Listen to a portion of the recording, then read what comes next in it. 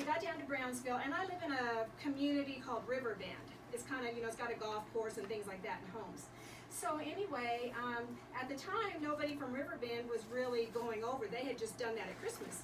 So I kind of got on the internet and looked it up, and I saw where they meet at the bus station at 5:30 to take food over to the people seeking asylum. So one thing I want you to know is that these are people seeking to come in the U.S. legally.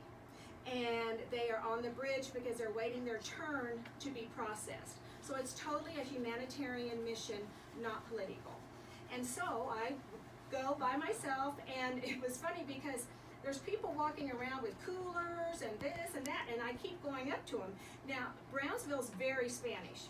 So I keep going up to them and going, "Are you Team Brownsville? Are you Team?" And they're like, "No." And they're taking the coolers on the bus. So that wasn't them. And then finally I just saw some people getting some items out of the backs of their cars, and that was Team Brownsville. So I just introduced myself and said, "I'm here to come over," and off we went. So this is what it looks like. Brownsville is like over here, and we literally walk across the bridge, and then we cross the busy highway, and then we come here to this little park, and that's where they stay. So you're on the Mexican side? Or? We are crossing over into Mexico to do this mission. And how it started was, it started last June 30th. Trump said, no longer, you used to be able, if you're seeking asylum, you would just walk over the bridge, turn yourself into Border Patrol and go. But then President Trump said, we need to have more organization, so then there became, you have to be on a list. Therefore, they get here, and then they have to wait 2, 3, 4 months to even go over the bridge to even start the process. So that's why we were taking care of them, because they're there. So just imagine you haven't changed your underwear, you haven't brushed your teeth, maybe you've had a meal, maybe you haven't. You've got little kids that you're carrying. You have no clothes to change into.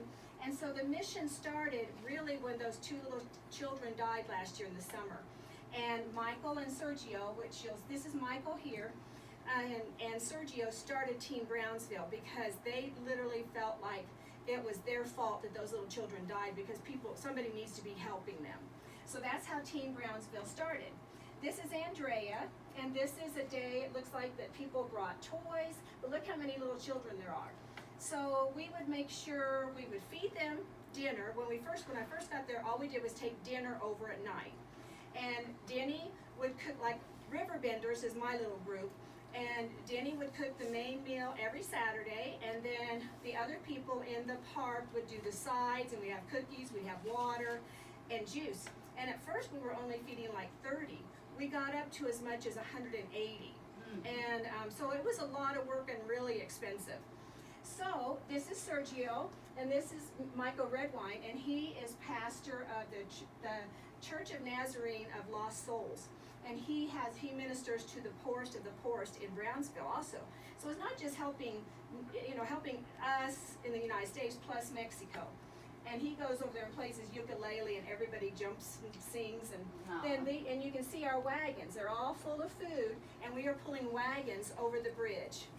And that's me coming back. That was probably like my first night, and it would be cold. So you're doing this in any kind of weather. And so of course in the winter, we were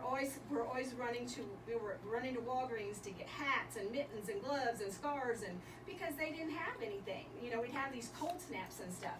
So you can see there, I have like a windsuit, and it was raining, and so sometimes the weather was not really great. So then this is Carlene, and she is from Cameroon, Africa.